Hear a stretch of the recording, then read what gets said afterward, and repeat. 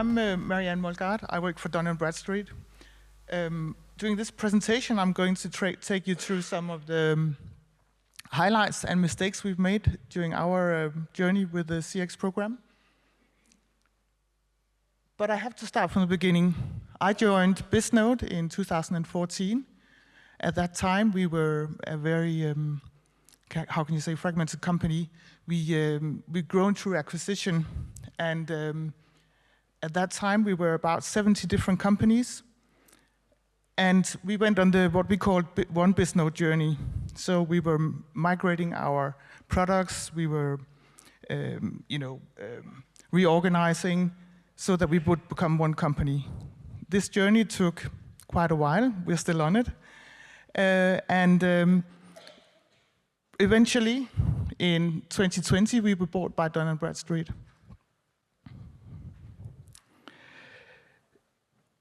Working with a CX program in a company like this is, of course, very complex. We have 15 CRM systems. We have 14 languages. We have lots of different cultures and lots of different processes. I'll take you through the journey. So in 2014, we sent out our first NPS survey. We sent it out to about 100,000 companies, well, contacts in 8 different countries. We had about 10 questions. We got a very poor response rate, and we got a not so good score. Some of you might recognize a beginning like that. We tried again in 15. We sent out to more recipients in 10 different countries. We had a very small improvement, but nothing to write home about at all. A bit of a better score, but that was probably down to the countries where we sent out the survey, where they usually give a higher score. In 16, we sent out to more recipients again. It was still like a one-off survey, so it just happened once per year. We had a slightly higher response rate, and score was the same as when we started. In 17, we sent out to most recipients ever, almost 200,000 in 15 different countries. We'd done a little bit of work with, we had a talk about what we could improve, because obviously we weren't satisfied with the results we were getting. We weren't satisfied with the feedback we were getting from our clients. We've reduced the amount of questions slightly. It was still a one-off survey, but we now had a response rate of 3.5%. Now in 18, we made a huge change. And this is actually when Customer Gauge came on board. We had different other vendors before, and I think they were more delivering a portal rather than the consultancy we got. So we decided that, look, it's a relational survey. We really need to reach our decision makers and influencers, because before we just emptied our databases and sent out to more or less everybody. So we started working with the data and asking the right people. We also reduced the amount of questions. We followed all the advice we got, basically. Made the survey look nicer, everything, and it really, really paid off. So that was the biggest significant change in our journey. We got a response rate of 17%. The score, I think, doesn't matter at this stage, but the score also improved. In 19, we started working on the engagement internally. So we realized we need to involve more people. So we had the champions all the way along, because we were in all these different countries, and we had a person in each country appointed to take care of the program. But in 19, we started trying to get in contact with others in the organization. So we set up this Darlings program, which I'll tell you about in a minute. And also, we started, instead of sending out the survey once per year, we would spread it over the year. And we decided to have a trigger for that. So we decided we want to send out the survey 6 months after purchase or renewal of the contract. It really worked, and it would also give us some time to recover in case the customer needed to resubscribe again after 1 year, or so it was a good trigger. Yeah, so that really worked. Our response rate was really good, and the score was also very good. We started getting hold of the right people. In 2020, we really focused on the data. We spent a lot of time on trying to set up different integrations, we also got together, all the champions and the darlings got together in an event, which I'll get to after. So in 2021, finally, we focused a lot on closing the loop, and we sent out to the largest clients and smaller clients separately. So this picture is actually taken in March 2020, 1 week before lockdown. We got all the darlings together in Vienna for an event together with our champions. So an NPS darling is a person who received the most nominations for engagement in the program, or like real exceptional customer feedback, or initiatives that they proposed to sort of get a higher customer satisfaction, or someone who really engaged positively in the program. So they were appointed locally, and the ones with the most nominations would win a ticket to this Vienna event. It was a huge success. Of course, we made half of the time was sort of joy, and half of it was work. So everyone felt like it was an award. Then after that, what happened was Bisnode was bought by Dun Bradstreet, which was a huge change to everybody. Also to myself personally, I moved from marketing to global service operations, I was, yeah. So Dun Bradstreet is, as I said, a data and analytics company. We are a big company with over 6,000 employees, lots of clients. We cover all businesses throughout the world with our data. You might know us from the DUNS number, which is a unique identifier of all businesses in the world. As I said, for myself, it was a huge change as I moved into global service operations. I now support customer service in Europe with a transactional survey, which I'll tell you about in a bit. Dun Bradstreet Europe is 2 regions, Nordic and Central Europe. There's about 150 employees handling mail and chat, and we handle about 15 to 20,000 cases per month. So my first task was to set up a transactional survey for customer service in Europe, which is something we didn't have before.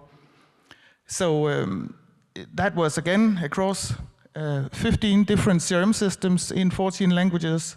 It went pretty easy. We'd worked with customer gates for a long while, actually better than expected. And the result was also quite good. We got a good score, and we had a good response rate, but we didn't have enough responses. So we had to ask ourselves this question: are we actually seeing the right picture with the responses that we are getting?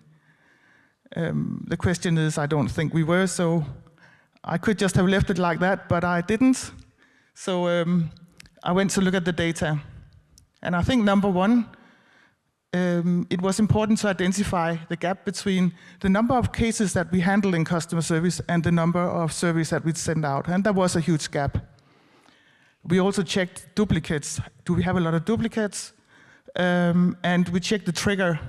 Is it the right trigger? And in many cases, it wasn't. In many cases, there was actually a lot of exceptions for, well, we send out to all cases handled except for this company because we only want to send out one survey per month for this company.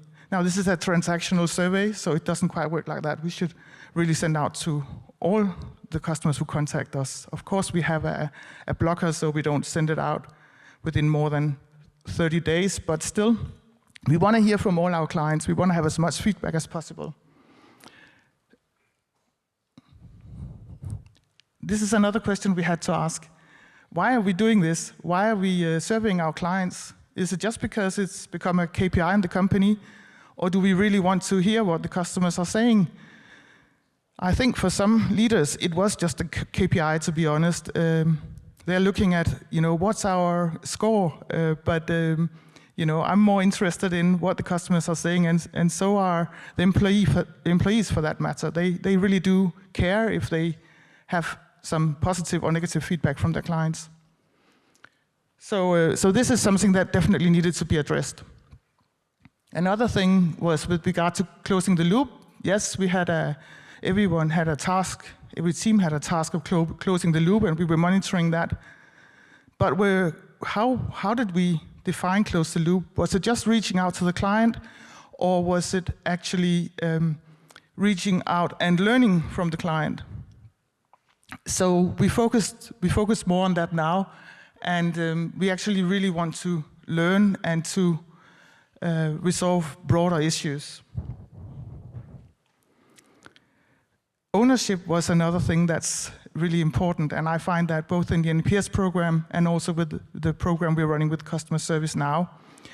In many cases, the team leader said, okay, but the agent will just follow up on their own responses. We really didn't find that this worked. First of all, I think it's quite unfortunate when a customer service agent has to follow up on their own feedback, own negative feedback, or their colleagues for that matter. It doesn't quite work. And also what we found was that it didn't travel, the feedback didn't travel from the customer service and out in the organization. So we needed to change that. Some thought it should just be a central person who would take care of all the feedback. But working with experience from the NPS program that we've been running for some years, we know again that engagement throughout the organization really, really matters. We found that for customer service, it's mostly appropriate that the team leader actually closes the loop with the client. And the team leader has responsibility for the feedback to travel through to the rest of the organization. Because even though it's a transactional survey and it concerns the customer service transaction, it's still important. There's still a lot of feedback that concerns, for example, sales or product or other, and they want to hear it. The marketing team wants to hear it. The product team wants to hear it. So we need to make sure that the feedback lives. So what we did was we started to actually look at a bunch of data. Now I've just been looking at 6 months worth of data. I've been tagging all comments and feedback, and also feedback from the follow-up calls. With that, I was able to identify a pattern. And this document is not going to be, we're not going to work with it like that moving forward, because we want it to be a living document where we can add opportunities all the time. But with the 6 months worth of data, we identified 16 initiatives that we could work with immediately. So remember, this is for customer service. One of them was to review and simplify our IVR. There was a lot of comments about our IVR, so when customers called us, they didn't know what to press or stuff like that. Also, we put an initiative in place to change our auto-reply messages, so that if we had incidents or if we had lots of sickness, holidays, whatever, we could actually adjust. I mean, that would serve different purposes, not just the satisfaction of the client, but also it's a more efficient way of working. You avoid repeat calls and so on. And also a change to assign ownership of a case. So we found that some clients got a message to send a mail to another person in the company. That doesn't work very well. That doesn't bring high customer satisfaction. We need to really follow it through with the client. And then we also needed to review the use of standardized templates. I mean, standardized templates is good and it's efficient, but sometimes it's not always appropriate, and sometimes they've just been there for many years and no one has looked at them for a long time. So that's just 4 out of the 16 initiatives that we identified. and that we are working with. And we will add more and more initiatives. And because we are tagging everything, we can actually monitor whether the amount of tags for this issue has been reduced or increased. Does it work, the initiatives that we put in place and so on? So it's very concrete. So just to summarize, data is everything. I would say that working for Dun Bradstreet, but it really is everything in a program like this. Get the data right, otherwise it's not worth doing it. Engagement, without engagement in the company, you might as well also not do it, because it's never a one-person job to run a voice of the customer program. And ownership locally, especially in a company like ours with many countries, many systems, many departments, ownership is just so important. So, yep. That's actually it from me. I hope you're having some questions. Thank you. I actually have a question, but I also wanted to make sure everybody understands how modest you are. Because I was, I think, once on your council judging all the best practices. Yeah. So Marianne, of course, fellow Dane, and I'm very proud that you're here with us. You actually took this program, and it wasn't a great program when you took it, right? You showed the sort of like the response and the net promoter, and probably it wasn't the popular thing either in the organization. And you really turned it around. And I think I've seen you at your happiest then, building the culture, the darlings. But what made you want to do that? What made you want to, you know, go out there on a limb, change it, call it darlings? In the Nordics, we're not such highly emotional people. So talking about love, we leave that to Fred Reichheld. And what made you want to do it? Okay, well, I think I have a background from working with process optimization. And I actually joined the NPS program by chance. And I thought I was going to work with it for a little bit. But I actually got really interested in it and got really into it and realized that there is actually, I've always been passionate about customer satisfaction, but combining the two and actually working with the feedback had a huge interest to me. That's why.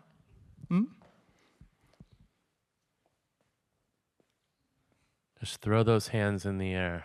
Okay, I know Adam would have one for sure. Yeah.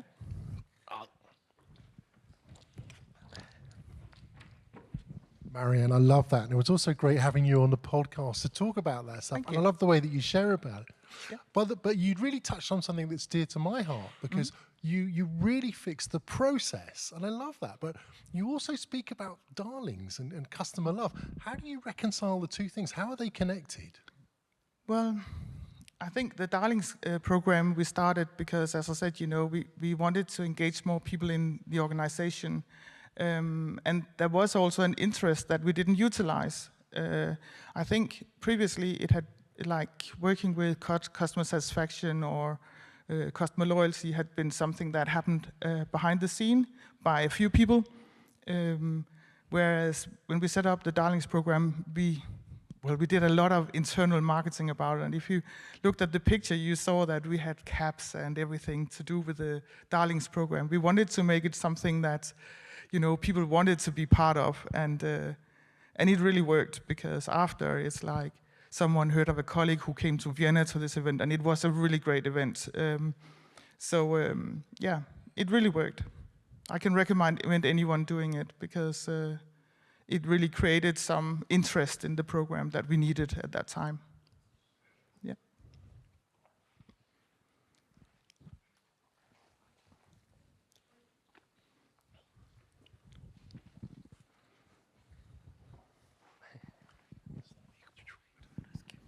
Hi there. Hi. If there was one thing you could go back and change in the way you approached it before, what would that be? I think we focused too much on the score in the beginning and too little on the feedback. There was a lot of Obviously, that wasn't my choice, but I mean, we got wiser along the way. We should have focused on the data earlier to a bigger extent, and also to focus less on the score and more on the substance of the feedback. Thank you. Over here. Yes, I would like to ask you about your sponsorship. Yeah. Has it been strong or has it been changed over the time? It's changed a lot over the time. As I said, I was a part of marketing, and there's been a lot of changes. Of course, now we've been bought by Dun Bradstreet, and we are part of a huge American organization. But prior to that, we had a really good support from the whole group of leaders. Our CEO supported. He mentioned it at every kind of town hall or gathering. He mentioned something about the NPS program. But I also had to do a lot of work myself, invite myself to meetings to say, don't you want to hear something about this? And I did that a lot. So it's a bit of both. Sure. I have one actually on that same kind of message. It's a two-parter, so get ready. The first part is, how are you communicating the results? Like, you had 16 initiatives up there. How are you communicating that internally? And the second part is, and maybe this is the same answer, how are you getting other departments involved beyond just those that are customer facing, let's say? Yeah. So with the 16 initiatives, as I said, we have two regions. There's Nordics and Central Europe. And I had a meeting with all the team leaders and the leader of the Nordic region, and the same with the Central Europe region. And they were asked to prioritize 5 initiatives. So they've done that. It was actually, I think, about 3 meetings until we could decide. And something really good came out of it. We are in the middle of it right now. So that's how we are working with it. And as I said before, it's like we will add more and more initiatives, but we will always have 5 prioritized initiatives that we are working with. It was so difficult, in fact, the Nordics decided to select 7 because they didn't want to wait the next 2. So it was very easy because it was an initiative that came from my organization, and we had to sort of sell it to customer service. But it was really easy to sell to because it was so concrete. We could say, your customers said this, and we are proposing these initiatives. Let us know if you think we are wrong. No one said we were wrong. So, because, it was very concrete. So I think that's the message, be as concrete as possible when you sell things like this through. Marianne. Yes? Firstly, I thought your presentation was really honest, and Thank you. yeah, it was great to see that. You also had periods where the score was static or going backwards. So I guess it's similar to the previous question around leadership, but how did you maintain leadership appetite for the platform and the program and the engagement in those periods? I think looking back to that period, it was like before it had been running through, a few people had been working with it. And then suddenly, I think when we joined Customer Gates, we had champions for every country. And I think that at that time also, we had some key initiatives in the company, part of the One Business transformation. And actually, customer satisfaction was one of the initiatives. So the initiatives, and there was like a director of each initiative, was a really, really important part of, as important as the product department, or so that was our luck. But I think also with regard to the score, that's why I didn't speak so much about the score, because there is a local difference between the score. We know that, and I think in some countries they tend to score very high, and I see that especially in markets like Bosnia and Slovenia and Croatia and Serbia, and in DACH. People really need to believe a little bit more in it before they give us a higher score. So I think when we looked at the score going up a little bit, it was because we actually brought in markets where they have a higher score. So, but I also think that if we look at the score of 6 that we started with and the score of 30-something that we ended with. I don't think the score of 6 was the real score, because we'd asked absolutely everybody, and I saw responses from people saying, I've got nothing to do with you, I don't know who you are. So you're looking at the full user database and sending a survey to a person who perhaps don't, at that time it was Bisnode, don't know who Bisnode is, but they know the name of the product that they're using. So that's part of the reason as well. I think we have time for one more great question. Somebody here? Thanks, Gary. Hi, Marianne. It's me. Over here. Hi, okay. So I think it was back in maybe 2018, I was with you in your office in Oslo, and I think it was the first time we were presenting the kind of new methodology that you were using. Yeah. And there was one particular individual that was, let's say, anti the program, or against it a little bit. Do you remember anything that brought those kind of people around that initially were like, we haven't got time for this, we can't do this kind of work? I think that person never came around. Okay. But that person is not with the company anymore. Yeah. But that's one solution. But in saying that, sometimes we have managed to turn people around, and I think, as it was said earlier, concrete feedback from a client is very effective. So if you see a negative comment from one of your largest clients, you really have to do something about it. Yeah. Thank you. Thank you. Thank you.